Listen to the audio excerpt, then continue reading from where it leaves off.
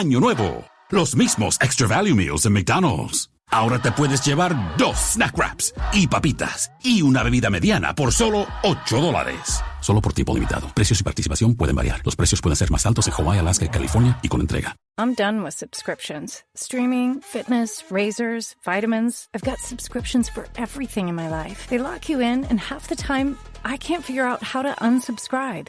That's why I'm so excited about the new Blue Apron. Now you can get delicious meals delivered with no subscription needed, including new pre-made options. Keep the flavor. Ditch the subscription. Get 20% off your first 2 orders with code APRON20. Terms and conditions apply. Visit blueapron.com/terms for more.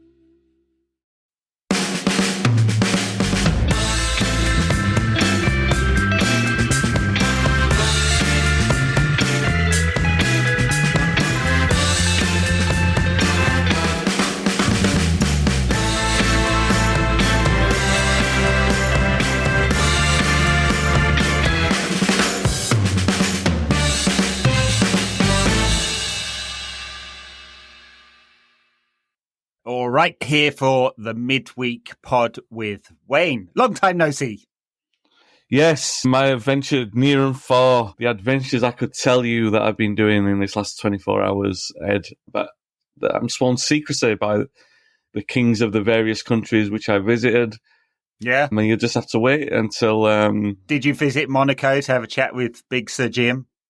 Yep, that was one. The Principality, I went down there. I went to Mali to sign a new player.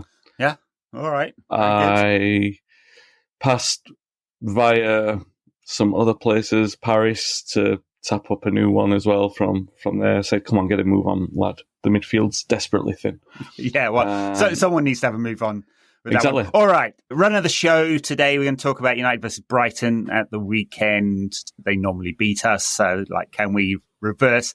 It's big club versus little club, plucky underdogs, Manchester United versus betting superstars, Brighton. And then we're going to talk a little bit about transfers and weird stuff that's happening in the market, including United buying a new player, 18-year-old, so it'll be for the reserve side. So actually, why don't we start there and then we'll get on to Brighton. So nothing definitive on Manuel Ugarte yet, although Romano and a few others said it's close. So it seems like there's an agreement all round, and it's just around dotting the I's and crossing the T's on the payment structure, whether it'll be a loan with an obligation, maybe at the higher fee that Paris Saint-Germain want, or a straight buy at the lower fee that United were proposing. That appears to be the reporting.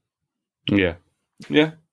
Seems like the sensible signing. I would say that it'll be too late to register him for this weekend, so maybe in the squad for Liverpool. Whenever Romano tweets anything, I always presume that it's a little bit more advanced than what he's making out, because he's, as much as he likes to tell you that he's in front of the gossip, he is a little bit behind.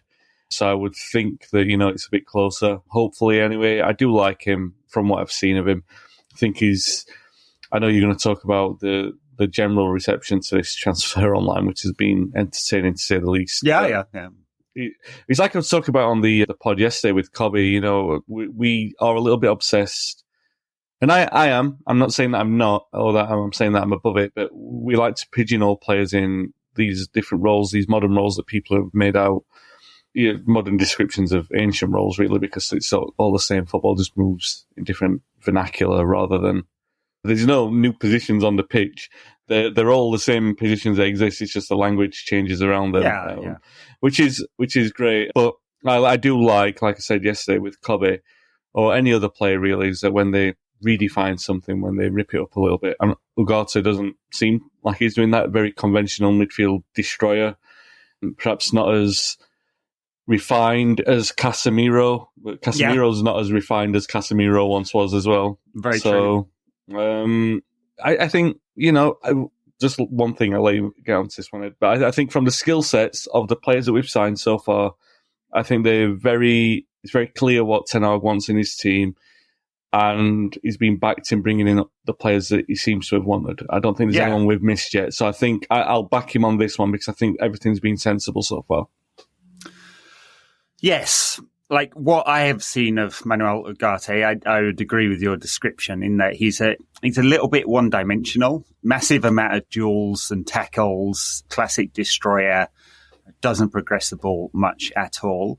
And in my mind, that felt a bit weird because I'm thinking, well, we've got this much advanced data team now and a real structure around how we do transfers and think strategically about squad building and for the longer term. And I was like, do we really want a really highly priced one-dimensional player? We're going to regret this buying right at the top of the market. Again, with United, always seem to spend all the money we've got. Yeah, and that hasn't worked out for us over the last 10 years. Here, maybe a little different, and just on two dimensions, I'm like starting to like question myself a little bit or refine my thinking. One, he's younger, so there will be a market for him later. It's not going to get much bigger than it is, I think. So if we want to move him on, he's going to be on pretty high wages anyway, having gone to Paris Saint-Germain, and it's a big fee. So, but there will be a market because he's fairly young. The second one, the more important one, I was reading some of the kind of tactics thinkers, bloggers, writers, and like their take on it. And like everyone has the same view, which is he's quite limited. You know, and my view is from seeing him for Paris Saint-Germain a few times, I can't say he was on my radar at all at Sporting. And then I watched, I think, all of the games he played at Copa America. And there I was like, yeah, don't know about this one. Aren't we trying to move to something that's a bit more possession based and refined? The tactics people online are like, no, this fits what Ten Hag wants, right? So this is still Ten Hag saying, I want this, and the team going out and trying to find the best of that. And he wants a destroyer because they don't build up through the centre, they build up through the wide players. And in that sense, it makes a little bit more sense. I don't know, we're moving to a style of football I would like to see from United. It's still going to be a little bit chaos ball, maybe. It doesn't suggest like, hey, we're going to move into a 60% possession team, does it?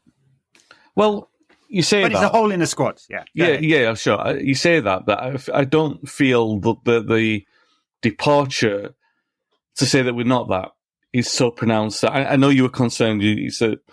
It's a point that we've returned to many times over the last year or so. Firstly, the number of shots that we were conceding, and then the amount of possession that we concede. I don't think that it's that big of a chasm to say that we don't want to be a possession-based team, because historically, obviously, Ten Hag has been there. I don't think he's that far away from it with this United team. I feel like at points in this first season, we were controlling a lot of games. When we've got the personnel there, like against Fulham, they didn't really. I mean, there were a couple of scary moments, a couple of hairy moments in there as well, with the one where the clearance which rebounded and sort of nearly clipped the bar. So there were a couple of moments in there, but by and large, and a caveat, it's only Fulham, but Fulham came to Old Trafford and like had 20-odd shots and won in the last minute last season, and we didn't see that on Friday. It was a lot more comfortable than that. So you bring like 4 or 5 of these players back and it can be a lot more composed. It can be a little bit more controlled. The issue that I've got is, as I said, the thing that I definitely agree with you on, and the issue that I've got with the signing is that it doesn't appear to be a very obvious signing with regards to retaining possession, because like I said, he's a destroyer and his use of the ball doesn't seem particularly enthralling. Having said that, there is always place in any top team for a player who knows his limitations and is able to move the ball on. And we've definitely got players who can move the ball on. So if his role in that team is to do that and then move the ball on, then great. Then you look at a player like Scott McTominay, who is another player who's got his pros and cons like we've talked about. And one of the cons is that he can't, from a midfield position, he can't move the ball on very well. And if you've got another player like that in there and he doesn't have the pluses that Scott's got, I'm not saying that it's an obvious swap for McTominay. I know that there are different things, like maybe his ceiling is higher and his all-round ability as a City midfielder is stronger than Scott's. I don't think that's a major criticism of Scott to make in that comparison. But to the point that you're making, is it an obvious signing in terms of the profile? No, because I mean, the obvious signing would have been Frankie de Jong because he fits exactly. But then you wonder about Kobe's development and everything like that. So I feel on the basis that you look at the entire skill set of the midfield and that he's a different option that does different things, albeit some of the qualities are similar to other players, I think it's a smart signing. Am I particularly excited about it? No, but hopefully in like 4 or 5 months' time, we see the method behind what he's trying to do in a sort of complete unit. Well, I mean, yeah, sure. I mean, Kobe, Garte, Bruno as the midfield sort of three.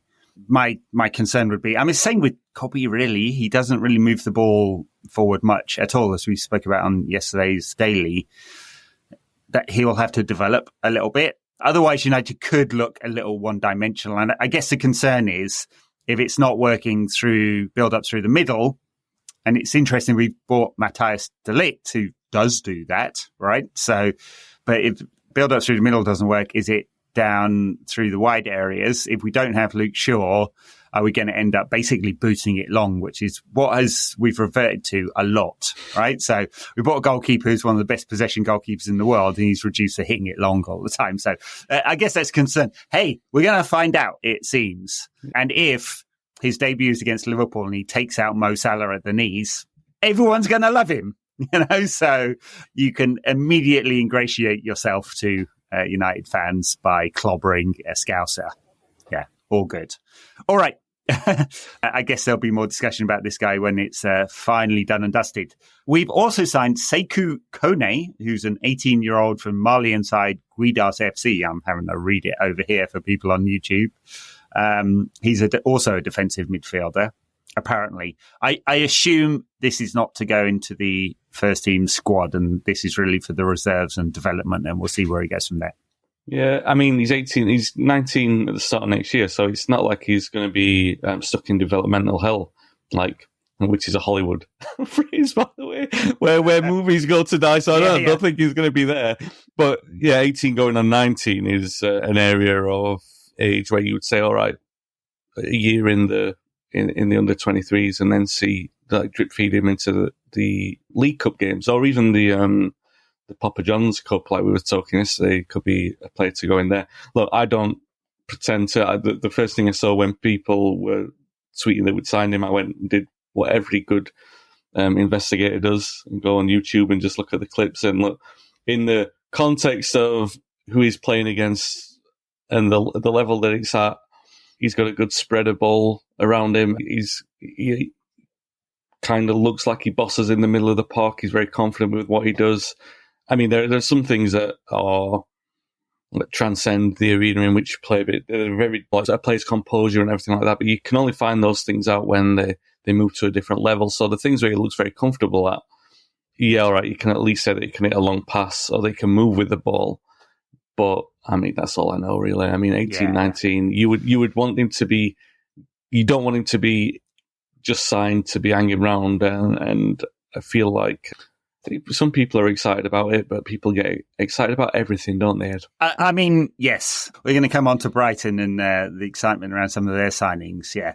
I mean, I never subscribe to this player is the best player, blah, blah, blah, blah, blah, kind of hyperbolic language that is used about players, because it's never really always true, or very rarely, in fact. The kind of style of tweets or Instagram posts I've seen recently, which is really weird, is people going something like, this guy's meniscus, something, calf muscle, something of 18 yesterday. Inches is like the best thing ever, absolutely wild. And I'm like, what? Yeah. I'm like, his cock is 8 inches long and girthy. I mean, you might as well write that, because this is... Oh, my God. Not talking about Wayne, folks. I mean, maybe I am. I don't know. Oh, wow. Okay. Again, Fabrizio on the phone to Wayne's wife. Is this true, this rumour?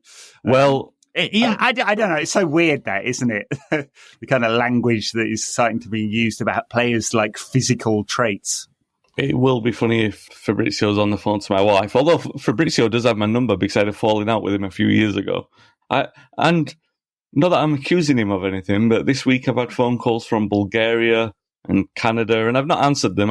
But he might be around those places. But yeah, I'm not accusing him of signing me up to any dodgy telemarketing scams. I mean, it would be a little odd if Fabrizio Romano was like had a beef with Wayne that took years to realise. He started with like signing you up to telemarketing in Bulgaria, and then eventually comes around to kidnapping your children years down the line. And the falling out was in 2020. The year when we sacked Ollie, it was around the time we sacked Ollie because I fell out with him. I said something about, because he revealed he did a leaked video by accident. He pressed post on something, which is where it was announcing that he was sacked, and he wasn't sacked yet. And I told him off for it. And then and so you should do, because, I mean, like, he was making content ahead of times, and all media outlets do that. I told him off, and he jumped in my DMs, and we had a little bit of a back and forth. I expected him to ring me, left me hanging, dumped me. He just dumped me. Anyway, so what we were talking about, where we were talking. Come on, Ed, bring me back to speed, because I've got Fabrizio here on the brain. And I don't want to know the dirty alley which you were taking it down. Well, we were talking about, we were talking about the kind of language that people post in, and like physical traits around their calf muscle size, or the size of their neck. And it's like a bit odd. Well, it's like I was saying earlier, about the language that the football has moved with. If you go back, I mean, I am obviously a self-confessed nerd, but if you go back and read the old sports writers, and given these are descriptions of games rather than, and sometimes descriptions of players as well, the ones in the 40s and 50s particularly, it's so poetic, so beautiful, but it is the beautiful language applied to football as football is progressing. Now, it's particular language, right? It's like we're getting intricate and technical and in-depth because we want to show that we know more. And obviously that's like a result of the last 15 years of sort of this tactical boom in football, which, all right, is fun to enjoy. But I think at some point you have a level of understanding of passes completed, interceptions, and the general ebb and flow of a game, and general things about players' development and growth spurts and the range and where they can improve and all those kind of things without needing to go to there was one that I saw yesterday, and I can't remember now, but it's probably the same post that you saw, where it was like, the meniscus and stuff like that. And I'm like, come on, you aren't. There's no substance to this. There's no, and I know it comes across as like I know a lot about this, but you can see through it. There's no substance to it. You're not any better informed. It's nonsense, Ed, and that's not just old man shouting at clouds. No. In that particular case, I think you're right. Yeah, because who's the best player of our lifetimes? Like, it's Lionel Messi, and there's not a lot of physical stuff to him at all. He was just a brilliant footballer. The tactical stuff's kind of interesting because a lot of the language is taken from coaching, and I think that does add a value in terms of like understanding what coaches are trying to do. And I think I've learned a bit from that community in terms of like what Ten Hag is trying to do and why, right? And understand what he's trying to achieve. I agree with that, by the way. Yeah. I'm not saying that. I'm talking about the overcomplication. I get it. And sometimes it's a two-way street. There's analysts will inform the language of people in the sporting world. Data's been a kind of slightly different in that I kind of feel like the data side of things has slowly influenced the way that sports generally and football has started to think about data and use language around data. The physical stuff, I just think it's fucking weird. I don't think that is. I can't imagine that the United doctor, when they're doing the medical, is getting out a tape measure and measuring Manuel Ugarte's calf and going, "Oh, this is half an inch less girthy than I thought it was going to be. No, we're going to cancel this transfer." I mean, it's all a bit odd. The one thing, just on that, the one thing I will say is that players have a deep interest in it for sure, because and I feel that we've reached a point where it impacts in performances in ways that I don't think the public are like fully appreciative of yet. For example, I feel like there are statistical trends, right? And we would observe something on the podcast, and if something jumped out at us on the week after that something was statistically erroneous, like Rashford completes 9 out of 9 dribbles and statistically he's done 1 in 4 or something like that. We'd make a comment about it and we'd talk about it. Well, the players obviously take those kind of things seriously. And I feel what you end up with is conservative repression in expressionism. It really inhibits a player's ability to sort of go, I'm going to take a chance here because my numbers such and such for whatever reason, at whatever point of a game. And I feel like that's a negative thing. I think it's a good thing in terms of analysing trends, but and I feel like we're already there, if you're at a point where you're inhibiting players, particularly players who can express themselves, I feel like that's a dangerous point to be in the game. Yeah, I mean, couple of analogies. I mean, I think you're right, actually. I mean, safe passing because they want to keep their pass completion rate high and all of that. I feel like Big Sam may have complained about something exactly like that as well. So worrying when we're agreeing there. But a couple of other sporting analogies in cricket, of course, the way you play all forms of cricket has been completely informed by T20, where it's not your average that matters, it's your strike rate that matters. And that has started to creep its way into Test cricket as well. And if you look at the way that McCullum and Stokes have taken on the England Test side, is they started to think in those terms too, that your best way of winning was not to not get out. It was to score as big and as quickly as possible and to play a much higher risk game. And if you think about, and this is a game I don't know super well, if you think about how baseball has changed over the years, it used to be the number of hits that really mattered. And in the last 20, 25 years, someone will email me and tell me I'm wrong about this or got it quite a little bit wrong. But as I understand it, power hitters started to take over and they, swung for the fences to try and get the home runs rather than just getting a hit to get on base, right? So, and that is atypical of what the game was, and that was informed by data as well. This is a better way to win. All right, shall we move on from this to Brighton? Brighton, who I'm going to pull up their transfers because it's kind of interesting. Brighton were the club that bought low and sold high primarily to Chelsea. There's probably about 7 Brighton players in that squad of 20 that aren't playing at Chelsea. Absolutely mental. What a transfer strategy.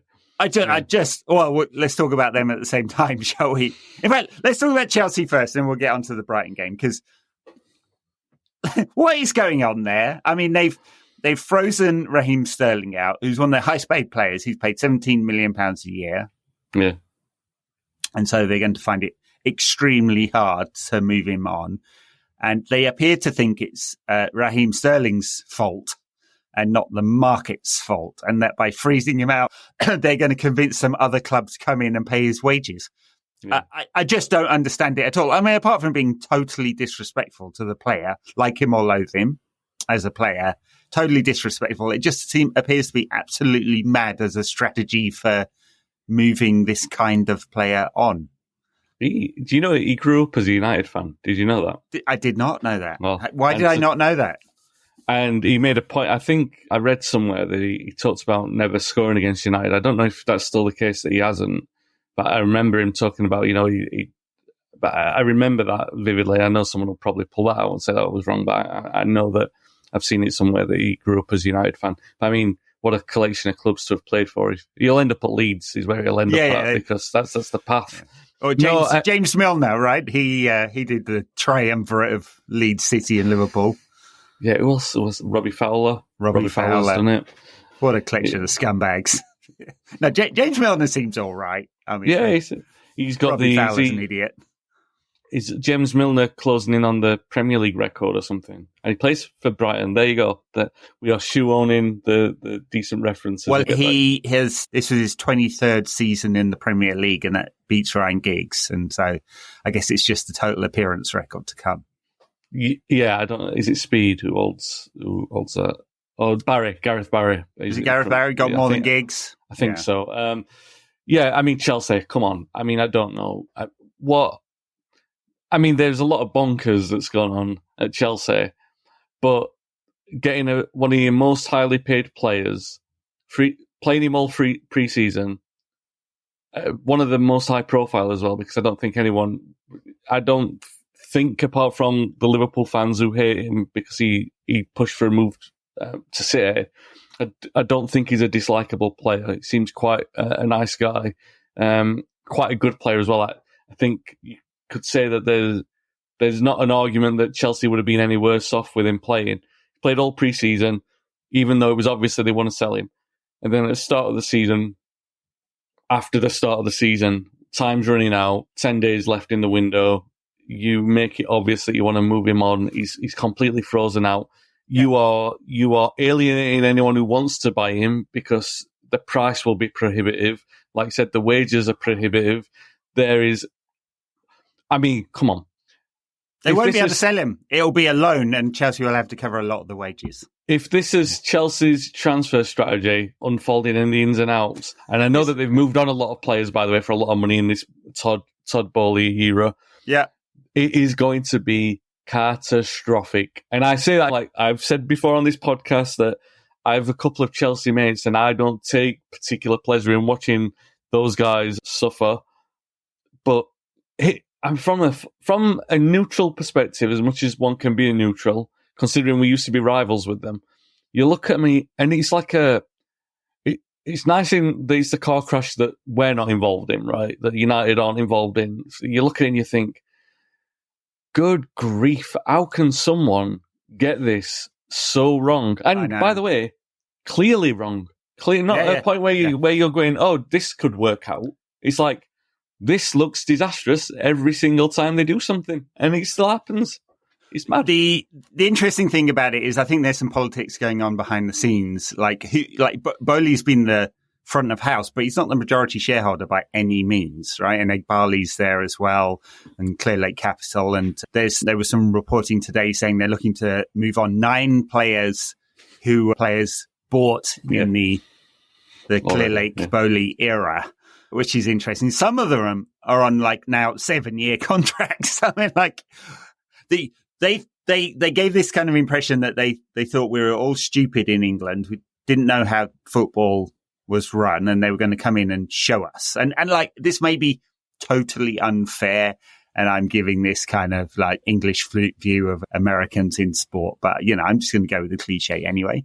They gave that impression that they were reinventing football by signing players on these mega long contracts. And part of the narrative was, they're on low wages. They won't be on low wages, so no player signs an 8-year contract without some kind of annual increase in there. Yeah. Because they restrict their ability to earn later in time, right? And so it is absolutely mad as a strategy. It's particularly mad. I mean, Maresca said something in the week saying, well, we've got 20 or 21 players training away from the main squad. It's not my problem. And in a sense, it's not his problem. He's just the coach in there. Won't be in 6 weeks. Won't be his problem then.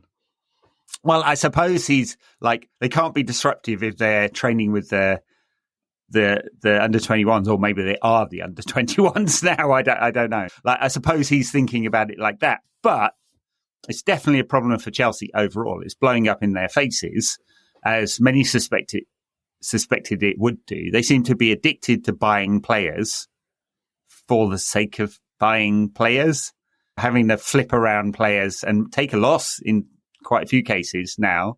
Mad. Absolutely mad.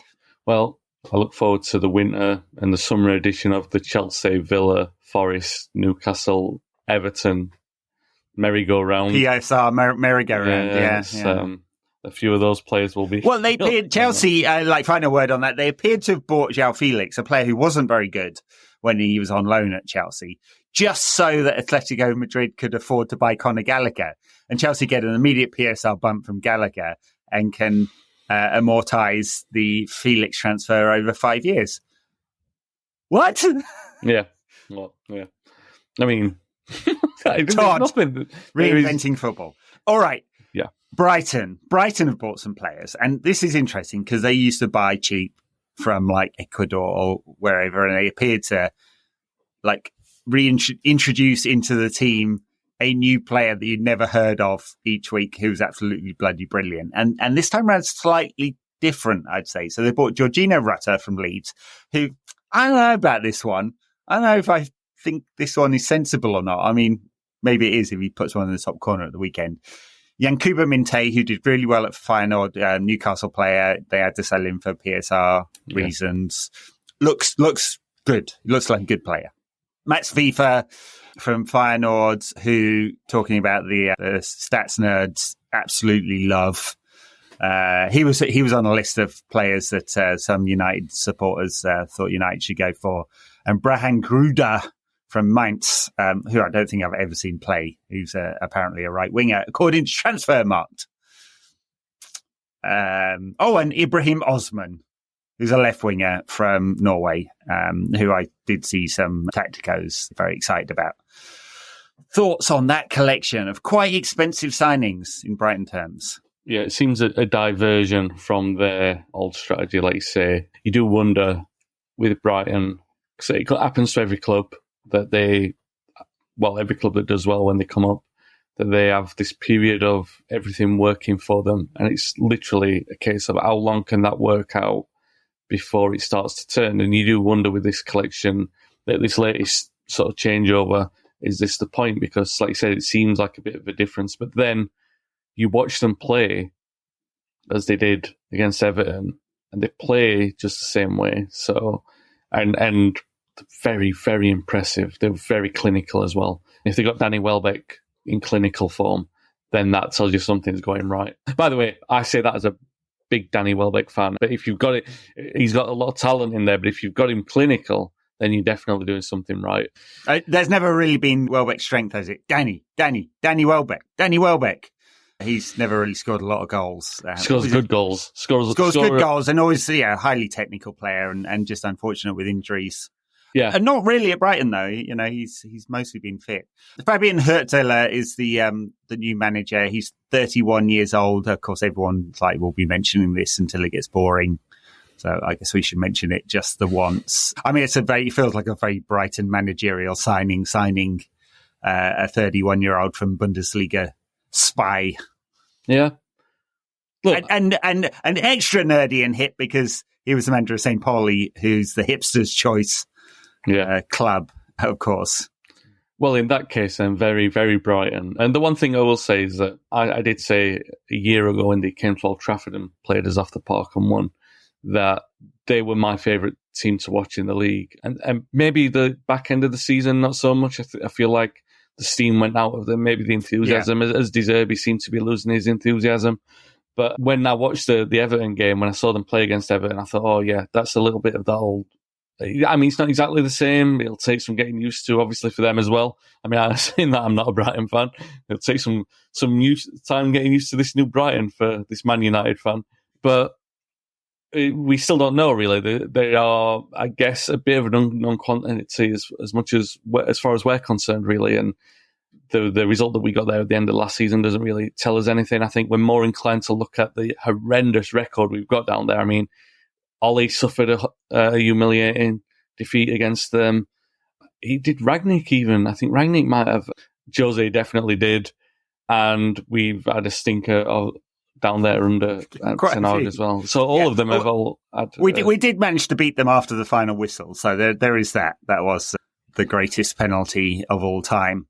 Yeah, we've definitely paid for that though, because they got one in the next game, didn't they? Yeah. Against, it was very, very late in that game, and I think there was a problem with it where I don't think it should have counted, but it should have been awarded. But either way, they were very happy about that. I think they've definitely had the revenge on us for that. And the one thing I would say about it, apart from those sort of puerile observations there, is that I want to see. I know this is going to sound like a big statement, Ed. Oof. I want to watch Manchester United play better football than Brighton. Well, define better football, because, like, if you're, yes, I agree. I'd like to see Manchester United play better football than Brighton, but better football is often a matter of taste, isn't it? And some people love the way Brighton were playing under De Zerbi, baiting the press, just waiting for it. I know some people were very bored by that. They didn't quite play like that at the weekend, because they did do a little bit of that. but they also went quite direct at times. And I think that caught Everton a little bit by surprise. They were mixed it up a little bit more than they did under De Zerbi, when it really felt like they were just putting the ball under the foot and waiting for 45 seconds for someone to trigger a press, and then they would play through it. So, but yes, I'd like United to play well against Brighton and come away going, that was quite good. I look, by the way, I say that sounded like completely disparaging to United, and I don't mean that, because there are elements. This is a Manchester United podcast. I don't need to put my cards on the table about this, but there are elements about United that you just, like Liverpool last season, winning in the last minute with all the chaos ball, like playing Fernandes at centre back and playing Anthony at left back, all the things that shouldn't work and they do work. You can only get that kind of combination of elements at United, even in good times. Even in good times, there are always games like that. As today's the birthday of Federico Macheda. Macheda is how old is he now? 33. Can you believe 33, it? 33. Wow. Almost. It's too old to manage Brighton, but which tells you a lot. That's the statement to make me feel more old than anything. But that chaos ball, the theory of it, I just mean in general, Brighton play such good football, and in general, United have struggled. And don't get me, I like when we've got all the players available, or most of them available, namely Martinez and the difference that he makes to pushing that defence up. I like the football that we play under Ten Hag. I just feel like on it, and maybe I'm just talking about the injuries and the fact that I like the way that Brighton played last season most of the time, and the season before that under De Zerbi. But you're quite right. I feel like it was so high octane. There was so much intensity in what they were doing that if you play like that for a long amount of time, like for example, under Liverpool or under Klopp at Liverpool, they could play like that all the time because the reward that they were seeing was at the top of the table, close to honours. If you are playing in mid-table and you're playing that kind of high-intensity football and your reward is one-off results and middling of the mid-table, it's not enough motivation for a football player apart from the incentive of a move, really. Unless you absolutely love Brighton and you don't mind the odd humiliation, because, look, let's be honest about this. Brighton play some great football, but they are prone to the odd stinking result and performance. They sometimes pull some absolute howlers out of the bag. I think, did they get tonked? Did West Ham, someone went there last season, an unfancied team, I'm going to say West Ham or Newcastle went and scored like 4 or 5 past them. And you're just like, well, Brighton can do that. And hopefully that's the Brighton that we get on Saturday. I worry about United at the start of seasons because it's the pattern, right? You always want to see them get off to a good pattern, and too often in recent seasons we start quite well and then we get a draw. And this is why I'm thinking, maybe it'll be a draw on Saturday, because we get a draw and it's like, oh well, that's not so bad. But then the following week you draw and then you're already playing catch up, and that the seeping of mentality problems that gets into the United squad is, unfortunately, it's endemic. It's been the issue of the last 3 or 4 years. So hopefully that will. I want to see a change in mentality more than I want to see good football on Saturday. Sure.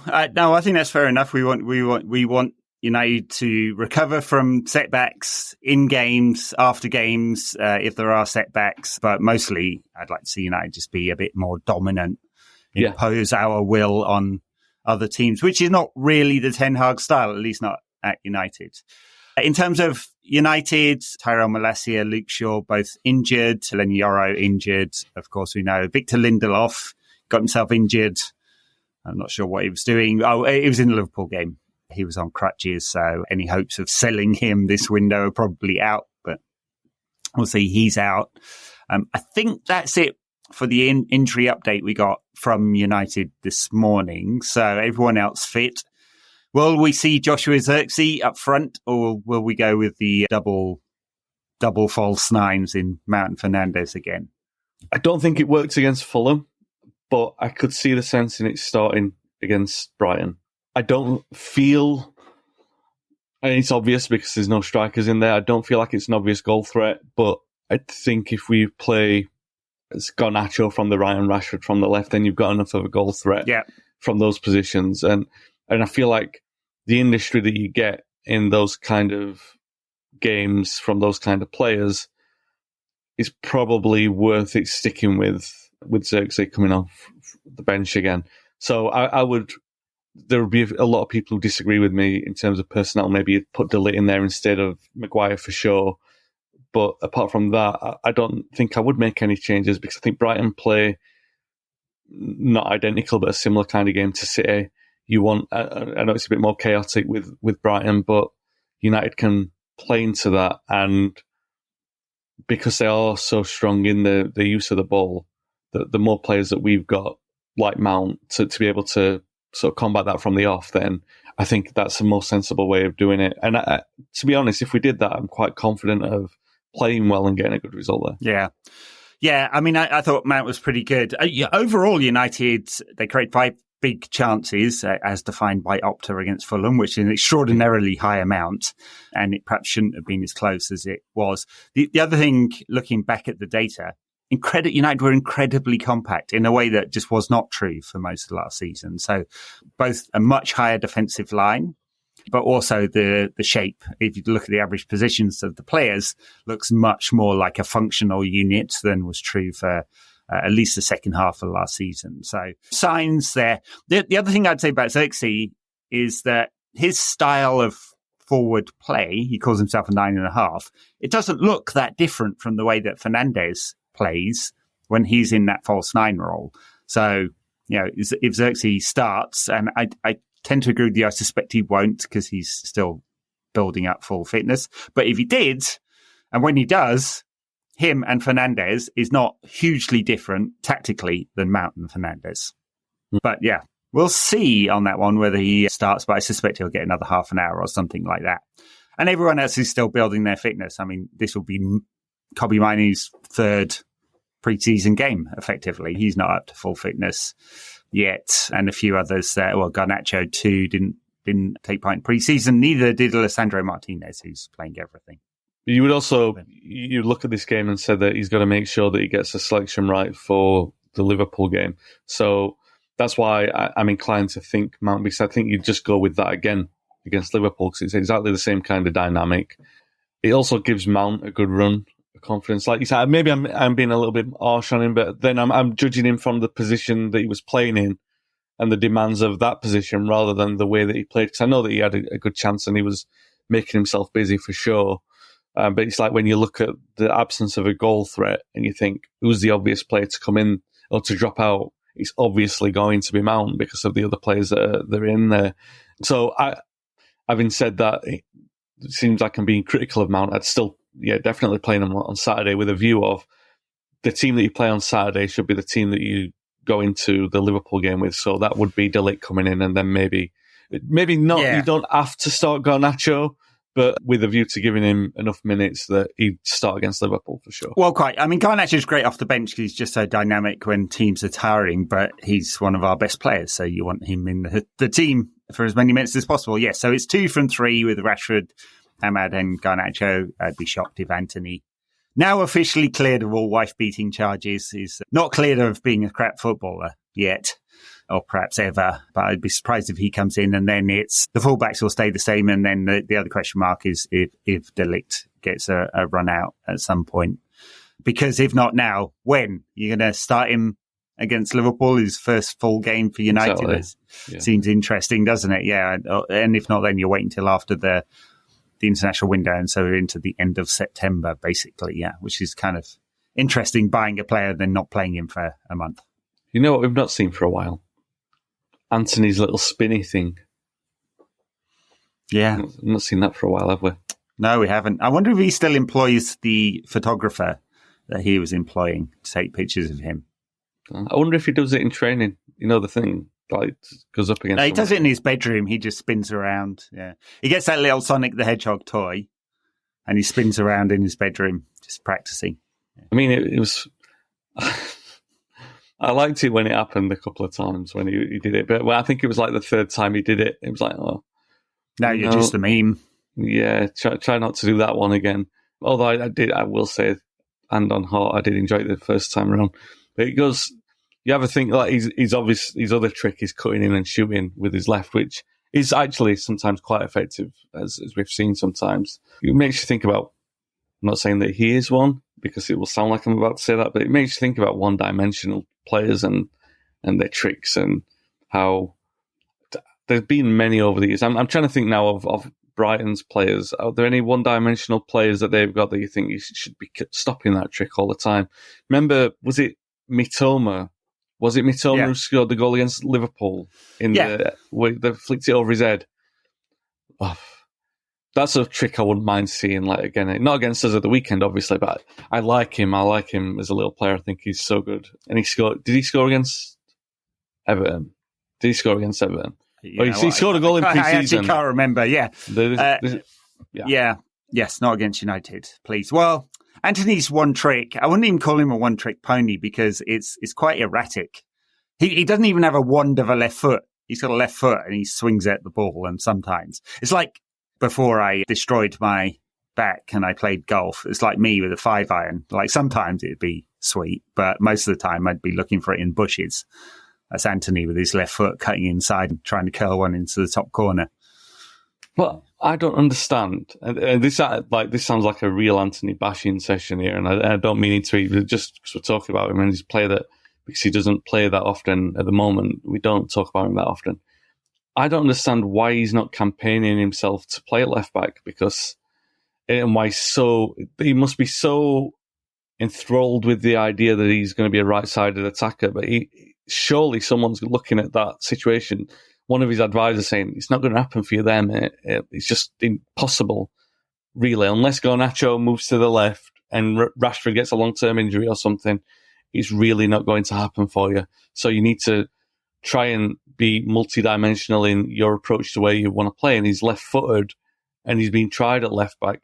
Show an openness. And he works hard. He's not quick enough to get past an opponent. I don't know. Is he so slow that we wouldn't like an opponent running at him? No.